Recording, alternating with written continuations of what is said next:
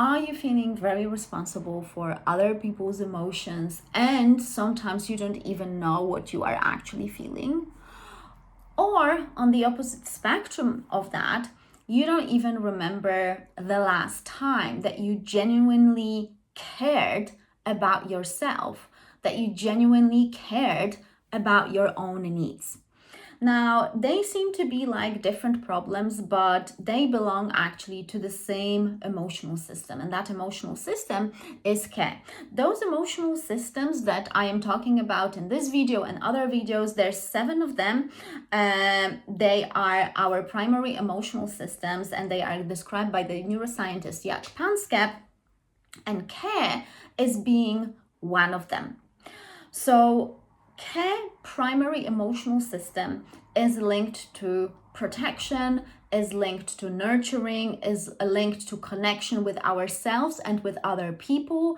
It is linked to caring about ourselves and caring about looking after other people. So basically, without that emotional system that we have in our unconscious brain, we probably wouldn't survive as species. So the care is definitely needed for the survival of the species, because the babies wouldn't be able to survive if we were not caring for them. Families wouldn't survive, communities wouldn't be able to function.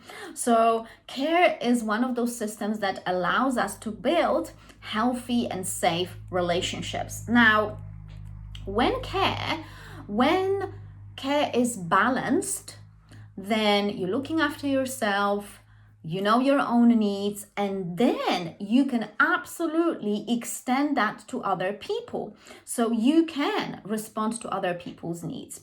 You can look after other people, but not because you feel like you have to. So that is not coming from that I need to do that otherwise. No, you're doing that because you genuinely want to, because genuinely your bucket is full and you genuinely are generous without resentment, without actually that bitterness that, I have to do this again, of course, because otherwise if I'm not going to do it, then. So let's talk about those moments when the care is underactivated and when the care is overactivated. And I'm going to give you the protocols for both, so you're going to be able to work with that. Because again, introducing a problem and talking about the problem without giving a solution to it, for me, does not make sense. So when your care emotional system is underactivated, you might have thoughts along the lines like, I know I should look after myself, but I don't really even know how. I don't really have enough energy. I don't even know what my needs are. A lot of the times when I started working with my clients,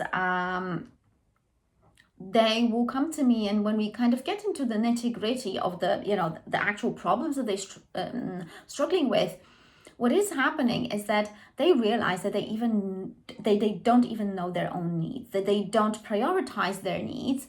Therefore, they are consistently and constantly exhausted, and they are running on not even zero, they're running on minus. So that really shows up as having very poor sleep, skipping meals, ignoring illness, plowing through, never really asking for help. Shows up a lot as emotional numbness, and it's almost like that constant self-neglect. And of course, that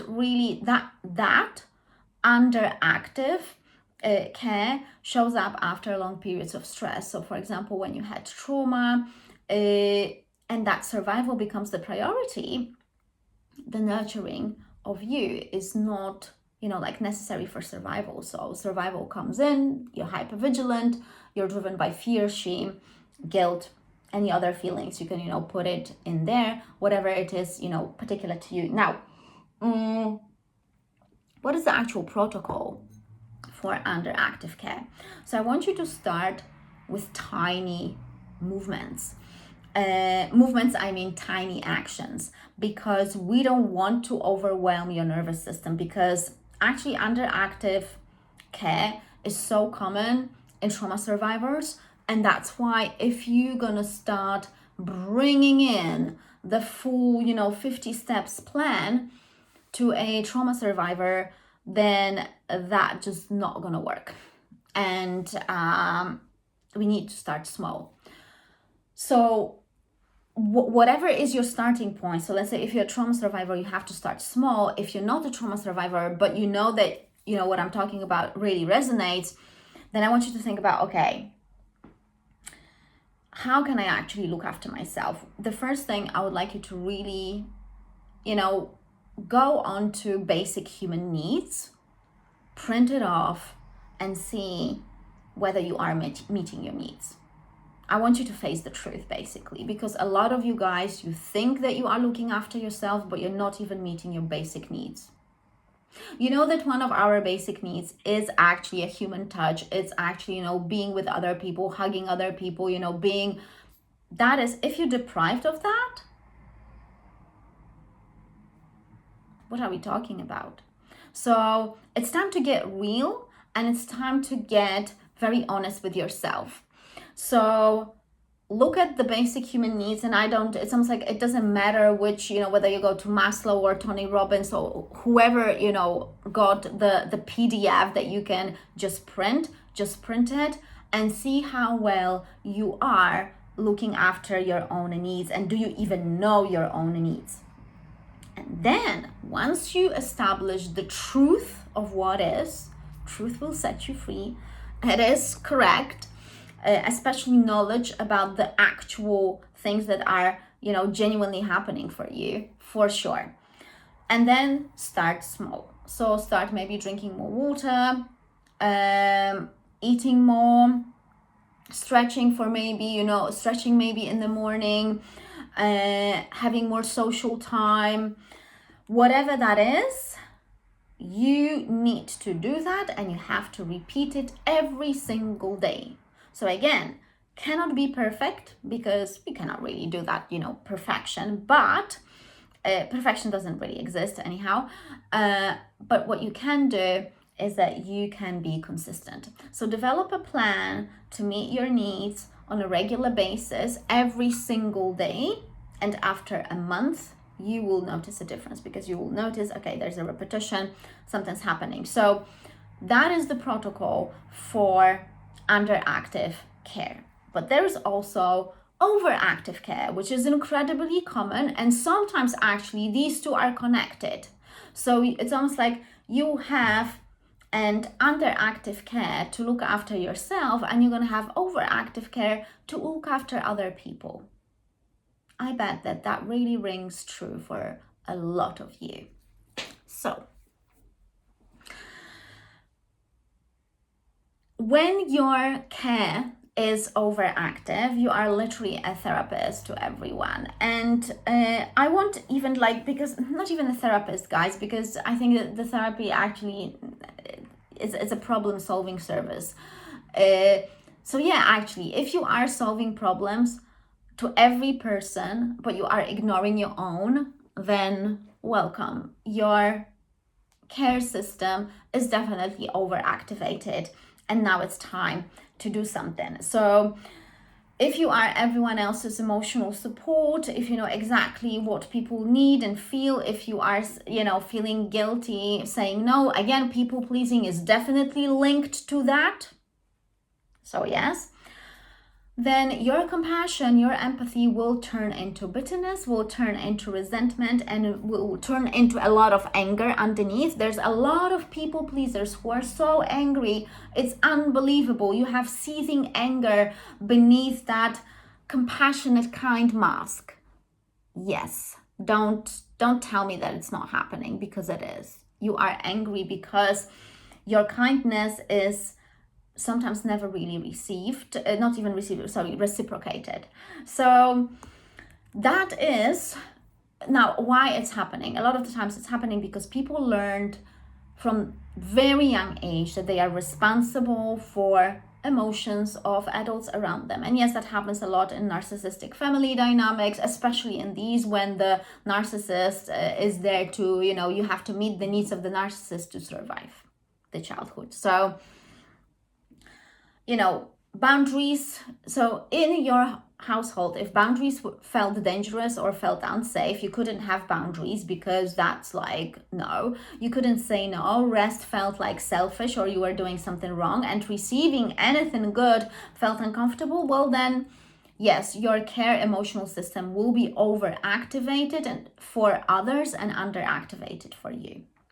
So the protocol is very simple. You have to start acting now, and you have to start acting in real time. So on top of doing the list of your needs and start acting upon them, I want you to start doing something that's going to be relational, and that's going to upset you when I'm going to say that. But I want you to, each time when someone asks you to do something for them, you have to start pausing.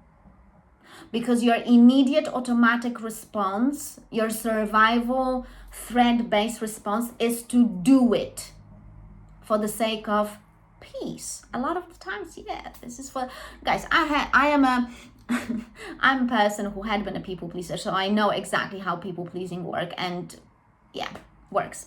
So yeah, that anger is like, absolutely, there was a lot of anger underneath all the things that I had to work through. So that automatic helping other, you gotta pause there. And I want you to ask yourself, does that person really need my help? Am I helping them because they need it or because I need to be needed? Am I helping them because my nervous system feels responsible for every adult around me, and I am scared that I'm going to be left alone and bitter and lonely if I'm not going to do everything for everyone? Are you scared of loneliness? Because this is a lot of the times that overactive care is linked to the idea that I'm going to lose someone, I'm going to lose people, because that's your experience from childhood. When you were not doing as you were told to do, then you were left alone, crying, in your cot or whatever. Your nervous system remembers that. Time for deep house cleaning. Internal, I mean. So, once you ask yourself these questions in real time, you have to start acting upon them. So stop helping other people when they don't need your help. And the thing is that you will notice that people will notice, and some people who are healthy will 100% respect that. And I had that, guys, I had that experience. I had a lot of really lovely, healthy people in my life. And when I was basically sometimes, unable to help or do something, there was never a problem. But it was always a problem for people who always, I would say, benefited from my own self-abandonment, 100%. So these people who are manipulative, who are controlling, they will not gonna like your boundaries and what you are bringing forward now. But you gotta be beyond your old conditioning and allow yourself to lose these people if that's going to be the final outcome. Even if that's family, especially I would say if that's family. So you have to choose. You're either gonna repeat the patterns of being overactive for other people and never caring about yourself, or the life that you do deserve. So, having a healthy, caring, emotional system, it's not about caring less, but it is about caring sustainably for yourself and therefore being absolutely able to sustainably care for other people. And guys, I say that with from a perspective of a person who overcome the things that I was talking about, for example, today, but also I saw my clients overcoming these. So it is possible, you can do it. Yes, it is uncomfortable when you do that, when you are putting the boundaries, especially with people who are not healthy. That will trigger some uncomfortable emotions within you. But like I said, you gotta go beyond that old conditioning and you gotta stay you, because otherwise you will never actually get to know the real you, because underneath that people pleasing, there is you. Not good, not nice, but real, but truthful, but honest. And healthy people in your life will appreciate that honesty, would appreciate that genuineness, which is authenticity, the true authenticity. So, trust that was helpful. If you want to book a session with me, you've got the links down below. Otherwise, like, share, and subscribe, and I'm going to see you in my next video. Bye-bye.